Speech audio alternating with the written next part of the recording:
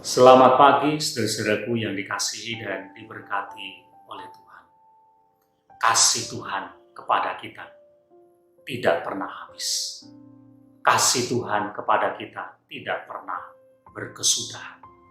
Bersyukurlah kepadanya. Saudara, ada seorang pendeta memperkenalkan sebuah istilah, memberhalakan Tuhan. Memberhalakan Tuhan, menjadikan Tuhan sebagai berhala. Apa maksudnya, saudara? Maksudnya adalah begini, jangan kita merasa aman kalau di rumah kita tidak ada patung yang kita sembah. Kenapa? Karena kita sebagai orang Kristen itu bisa memperlakukan Tuhan itu sebagai berhala. Misalnya, kalau kita hanya ingat Tuhan pada waktu-waktu tertentu, kalau kita hanya mencari Tuhan, kalau kita sedang membutuhkan Dia, kalau kita mengingat Dia hanya karena kita kepingin sesuatu dari Dia, maka itu sama saja kita telah memperlakukan Tuhan sebagai berhala. Atau contoh yang lain, kita percaya kepada Tuhan, lalu kemudian kita memperlakukan Tuhan untuk melayani apa yang kita mau. Kita ingin supaya Tuhan itu menuruti keinginan kita. Kita mengatur Tuhan sesuai dengan apa yang saya mau.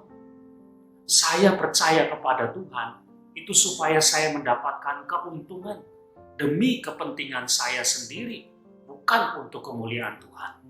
Maka itu sama dengan memberhalakan Tuhan. Saudara, firman Tuhan yang tertulis di dalam Mazmur pasal 100 ayat yang ketiga mengatakan demikian. Ketahuilah bahwa Tuhanlah Allah. Dialah yang menjadikan kita dan punya Dialah kita. Tuhan itu adalah Allah. Yang harus Dia sembah, yang harus kita sembah adalah Dia. Yang harus kita turuti adalah Dia. Dia yang menjadikan kita, bukan sebaliknya. Kitalah punyanya Tuhan, bukan sebaliknya. Jadi saudara, seharusnya dalam hidup kita, kita tidak boleh hanya ingat pada Tuhan pada waktu-waktu kita sedang membutuhkan Dia saja. Atau kita memperlakukan Tuhan untuk menuruti apa yang kita mau. Dia adalah Allah yang mulia. Seharusnya kita menyembah Dia dan memuliakan Dia. Seharusnya kitalah yang ikut Tuhan, nurut kepada Tuhan, taat kepada kehendak-Nya, bukan sebaliknya.